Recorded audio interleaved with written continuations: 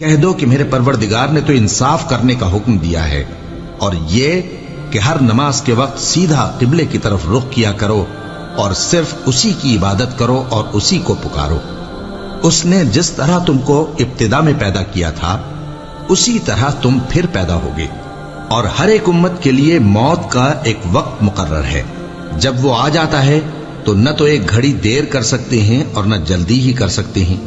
اے بنی آدم، ہم تم کو یہ نصیحت ہمیشہ کرتے رہے ہیں کہ جب ہمارے پیغمبر تمہارے پاس آیا کریں اور ہماری آیتیں تم کو سنایا کریں تو ان پر ایمان لایا کرو، کہ اب جو شخص ان پر ایمان لا کر اللہ سے ڈرتا رہے گا اور اپنی حالت درست رکھے گا تو ایسے لوگوں کو نہ کچھ خوف ہوگا اور نہ وہ غمناک ہوں گے۔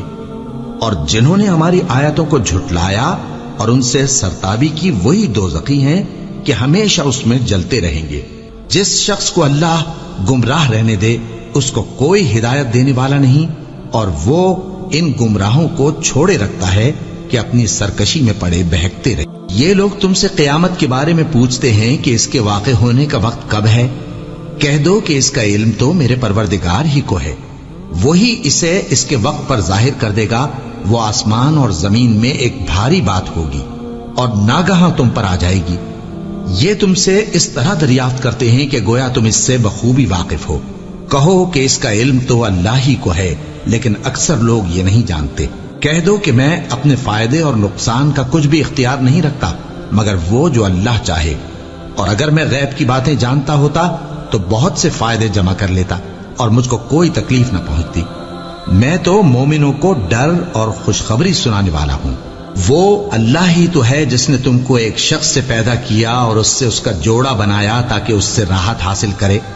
سو جب وہ اس کے پاس جاتا ہے تو اسے ہلکا سا حمل رہ جاتا ہے اور وہ اس کے ساتھ چلتی پھرتی ہے۔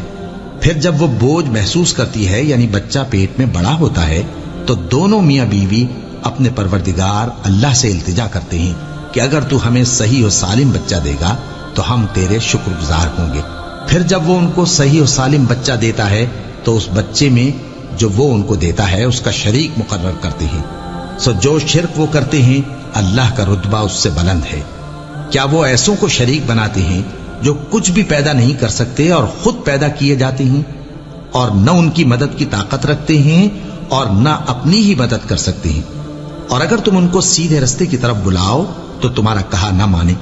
تمہارے لیے برابر ہے کہ تم ان کو بلاؤ یا چپ کے ہو رہو۔ مشرکو، جن کو تم اللہ کے سوا پکارتے ہو تمہاری طرح کے بندے ہی ہیں۔